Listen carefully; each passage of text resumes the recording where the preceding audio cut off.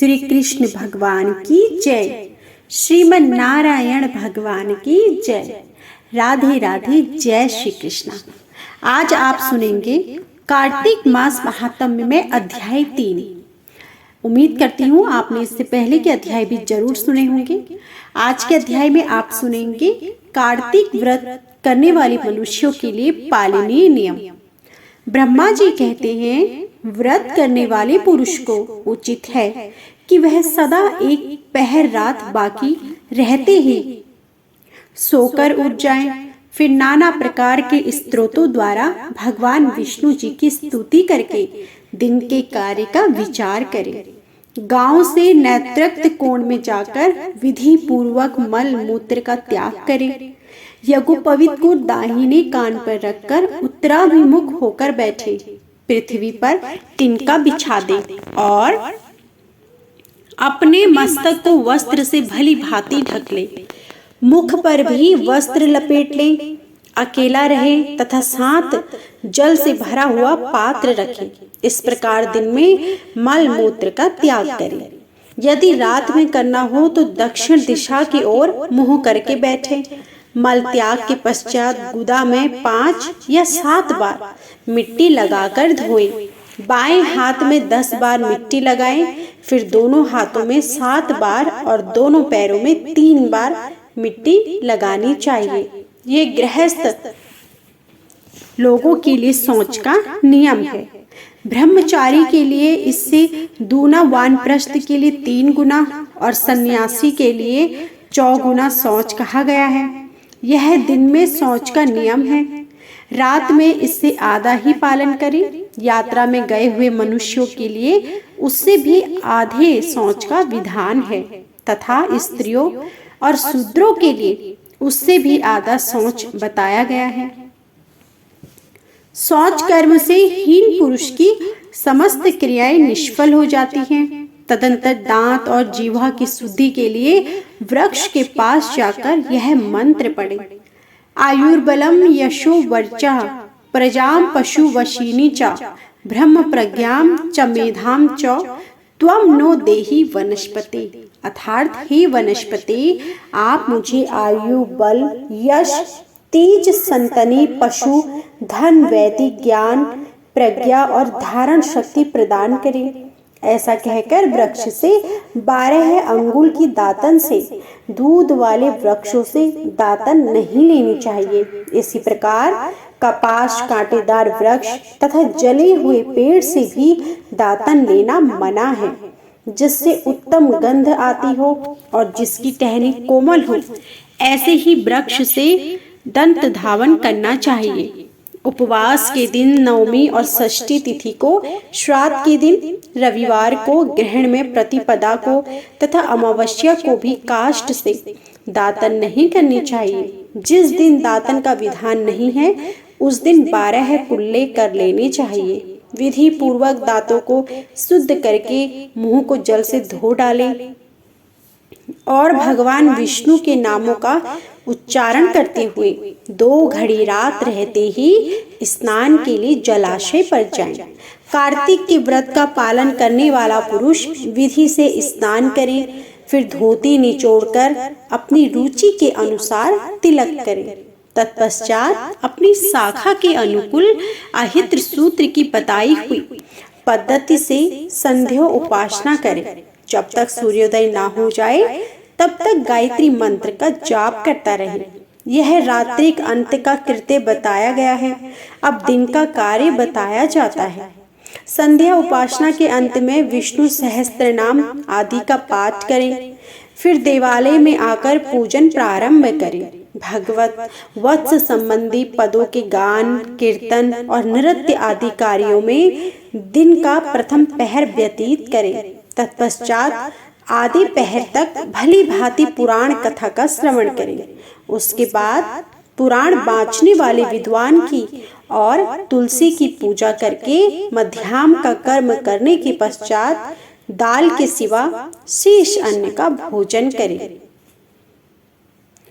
बलि वैष्णदेव करके अतिथियों को भोजन कराकर जो मनुष्य स्वयं भोजन करता है उसका वह भोजन केवल अमृत है। मुख शुद्धि के लिए तीर्थ स्थल तुलसी भक्षण करें, फिर शेष दिन सांसारिक व्यवहार में व्यतीत करें। सायंकाल में पुनः भगवान विष्णु के मंदिर में जाएं और संध्या करके स्त्री के अनुसार, शक्ति के अनुसार दीप दान करें।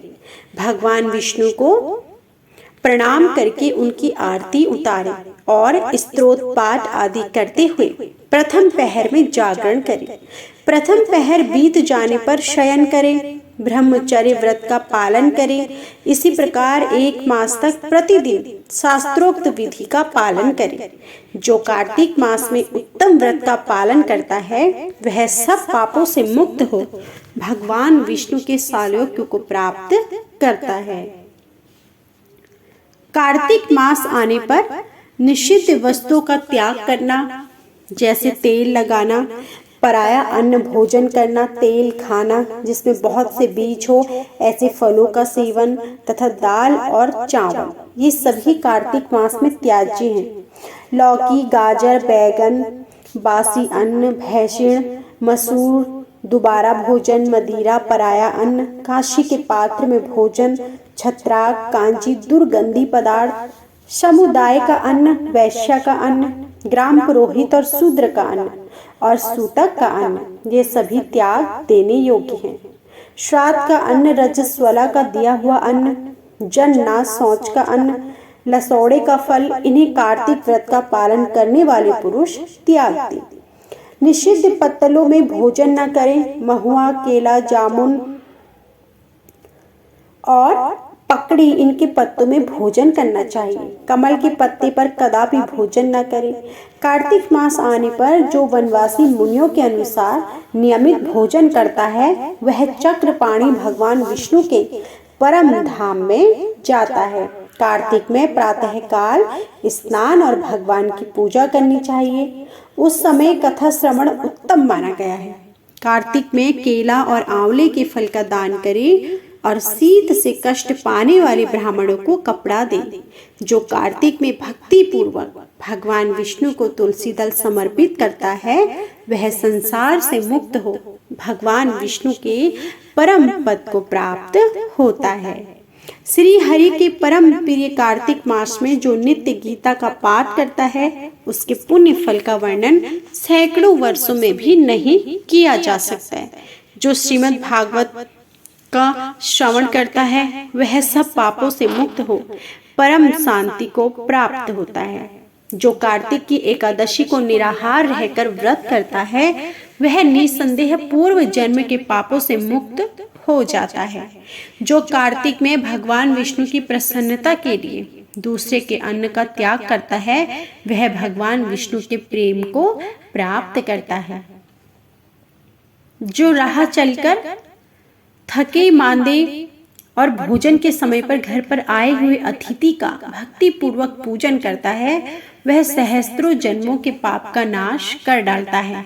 जो मूढ़ मानव वैष्णव महात्माओं की निंदा करते हैं वे अपने पितरों के साथ महारौरव नरक में जाते हैं।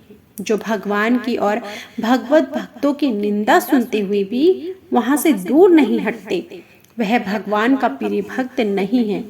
जो कार्तिक मास में भगवान विष्णु की परिक्रमा करता है उसे पग पग पर अश्वमेध यज्ञ का फल प्राप्त होता है।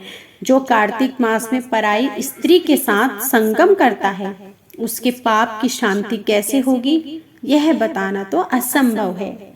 जिसके ललाट में तुलसी की मृत्यु का तिलक दिखाई देता है उसकी ओर देखने में यमराज भी समर्थ नहीं है, फिर उनके भयानक दूतों की तो बात ही क्या है। कार्तिक में भगवान विष्णु की पूजा करने से भगवान विष्णु जी प्रसन्न होते हैं। जो कार्तिक मास में भगवान विष्णु के मंदिर में चूना आदि का लेप करता है या तस्वीर दिखाता है वह भगवान विष्णु के समीप आनंद का अनुभव करता है। जो ब्राह्मण कार्तिक मास में गव स्त्रीत्व के समीप सतरुद्री का जाप करता है उसके मंत्र की सिद्धि होती है। जिन्होंने 3 वर्ष तक काशी में रहकर भक्ति पूर्वक सांगोपांग कार्तिक व्रत का अनुष्ठान किया है, उन्हें संपत्ति, यश, संतति तथा धर्म बुद्धि की प्राप्ति के द्वारा इस लोक में उस व्रत का प्रत्यक्ष फल दिखाई देता है। कार्तिक में प्याज, शंख, सेज, बेर, राई, नशीली वस्तुएं, चिड़ुआ इन सब का प्रयोग न करें। कार्तिक व्रत करने वाला मनुष्य देवता, वेद, ब्राह्मण, गुरु, गौव्रती, स्त्री, राजा और महात्माओं की निंदा न करे। कार्तिक में केवल नरक चतुर्दशी को शरीर पर तेल लगाना चाहिए, उसके सिवा और किसी दिन भी व्रती मनुष्य तेल ना लगाए। नालिका, मूली, कुम्हड़ा, कैथ इनका भी त्याग करें। रजस्वला, चांडाल, पतित, व्रतहीन, ब्राह्मण द्वेषी और वेद भ्रष्टीकृत लोगों से व्रती मनुष्य बातचीत ना करें। तो यह थी हमारी आज की संपूर्ण अध्याय। इससे आगे का अध्याय आप हमारी अगली वीडियो में जरूर सुनिएगा। आज का अध्याय पसंद आया हो तो प्लीज वीडियो को लाइक कीजिएगा। कमेंट बॉक्स में जय श्री हरि जरूर लिखिएगा। जय श्री हरि।